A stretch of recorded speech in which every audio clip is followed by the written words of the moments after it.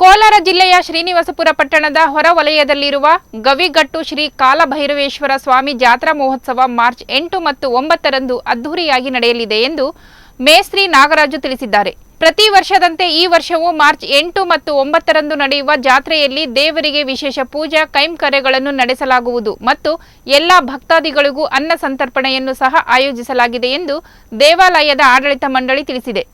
ನಾವು ಇಲ್ಲಿ ತೋಟ ಹತ್ರ ಬರ್ತಾ ಇದ್ರಿ. ಶನ್ನಾರೆಡ್ಡಿ ಸ್ವಾಮಿ ಒಂದು 12 ವರ್ಷ ಒಳಗಡೆ ಗವಿಲಿದ್ರು. ನಾವು ಅವಾಗ ಮಾತಾಡ್ಕೊಂಡು ನೋಡ್ಕೊಂಡು ಹೋಗ್ತಾ ಇದ್ರಿ. ಸ್ವಾಮಿನೇ ಇಲ್ಲಿ ದಬ್ಬೆದಾರು, ಸಬ್ ಇನ್ಸ್ಪೆಕ್ಟ್ರು, SP ಬಂದು ಓಡಿಸ್ಬಿಟ್ರು. ಇಲ್ಲಿಂದ ಏನಿಗಿರೋದು ಅಂತ ಓಡಿಸ್ಬಿಟ್ರು. ಆಮೇಲೆ ಸ್ವಾಮಿ ಇರು ಅಂತ ಹೇಳಿದ್ರೆ ನಮ್ಮ ಮಾತು ಕೇಳಿಲ್ಲ. ನಾನು ಆಯ್ತು ಬಿಡಿ ಅಂತೇಳಿ ಸುಮ್ಮನೆ ಇದ್ದೆ. ನಾನು ಒಂದು ದಿವಸ ಅಮಾವಾಸ್ಯ ದಿವಸ ನಮ್ಮ ತೋಟದಲ್ಲಿ ನಾನು ಮುಳ್ಕೊಂಡಿದ್ರೆ ಏನೋ ಒಂದು ಸೌಂಡ್ ಆಯಿತು. ಆಚೆಗೆ ಬಂದರೆ ಒಂದು ಏನೋ ಭಯಂಕರ ಒಂದು ನನಗೆ ಕಾಣಿಸ್ತು. ಬಿದ್ದೋಗ್ಬಿಟ್ಟೆ ನಾನು. ಅಲ್ಲ, ನನ್ನ ರಿಸರ್ಚ್ ಎಲ್ಲ ಬೇಕಾರಾಗಿತ್ತು. ಆಮೇಲೆ ರಾತ್ರಿ ನೈಟ್ 1 ಗಂಟೆ ರಾತ್ರಿಯಲ್ಲಿ ನಾನು ಆಮೇಲೆ ಏನು ಹೇಳಿದೆ, 1 ಗಂಟೆ ರಾತ್ರಿ ಹಂಗೆ ಆಯ್ತಲ್ಲ, ಮುಳ್ಕೊಂಡ್ಬಿಟ್ಟೆ, ಸುಸ್ತಾಗೋಗ್ಬಿಟ್ಟು ಬಿದ್ದುಬಿಟ್ಟೆ ಅಲ್ಲೇ. ಆವಾಗ ಒಂದು ಅಜ್ಜಿ ಬಂದು ನನಗೆ ಏನಂದರೆ, ನಾಯ್ನ ಎದ್ದೇಳಪ್ಪ, ಏನು ಮಾಡ್ತಾ ಇದೆಯಾ ಅಂತ ಹೇಳಿದ್ರು.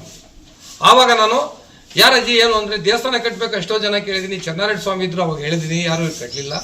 ನೀನು ಏನಪ್ಪ ದೇವಸ್ಥಾನ ಮಾಡಿ, ನಾನು ಮಾಡ್ತೀನಿ ಅಜ್ಜಿ ಅಂತ ಹೇಳಿದೆ. ಆವಾಗ ನನಗೆಲ್ಲ ಹೋಗಿರೋದೆಲ್ಲ ನೋಡಿದ್ರೆ ಏನೂ ಇಲ್ಲ. ಅಜ್ಜಿ ನಾನು ಮಾಡ್ಕೊಡ್ತೀನಿ ಅಜ್ಜಿ ಅಂತ ಹೇಳೋಷ್ಟೊತ್ತಿಗೆ ಅಜ್ಜಿ ಇಲ್ಲ. ಬೆಳಿಗ್ಗೆ ನಿನ್ನೆ ಸ್ಟಾರ್ಟ್. ಒಂದು ದಿವಸ ಕೆಲಸ ನಿಲ್ಲಿಸಿಲ್ಲ. ಮಾಡ್ತಾನೆ ಇದ್ದೀನಿ. ದೇವ್ರು ಎಲ್ಲಿ ಕೊಡ್ತಾ ಇರೋ ದುಡ್ಡು, ಅದೇನು ಕೊಡ್ತಾ ಇದ್ದಾರಾ, ಭಕ್ತಾದಿಗಳು ಕೊಡ್ತಾ ಇದ್ದಾರಾ, ಇಲ್ಲ ದೇವರೇ ಕೊಡ್ತಾ ಇದ್ದಾರೆ ನಮ್ಗೆ ಗೊತ್ತಿಲ್ಲ. ದೇವ್ರ ಸೇವೆ ಮಾಡ್ತಾ ಇದ್ದೀನಿ. ಅಂದರೆ ಶನಿವಾರ ಎಷ್ಟನೇ ತಾರೀಕು, 9ನೇ ತಾರೀಕು ಜಾತ್ರೆ ಇರ್ತಾ ಇದೆ. ಇಲ್ಲಿ ಒಂದು 3-4 ಸಾವಿರ ಜನ ಬರ್ತಾರೆ. ಆ ಜನಗಳು ಅವ್ರಿಗೆ ಬೇಕಾದವ್ರಿಗೆ ಇಲ್ಲಿ ಜನಸೇವೆಗೆ ಊಟದ್ದು ಎಲ್ಲ ಮಾಡ್ತಾ ಇದ್ದಾರೆ. ಜನಗಳು ತಂದು ಹಾಕ್ತಾ ಇದ್ದಾರೆ. ಇಲ್ಲಿ ಏನೋ ಯಶಸ್ವಿ ಕೈಗಳು ಅವು ಬೇರೇನು ಬೇಕಾದ್ರೂ ತಂದು ಹಾಕ್ತಾ ಇದ್ದಾರೆ. ಅವರು ಕೊಡ್ತಾ ಇದ್ದಾರೆ. ಒಂದು 3-4 ಸಾವಿರ ಜನ ಸೇರ್ತಾರೆ.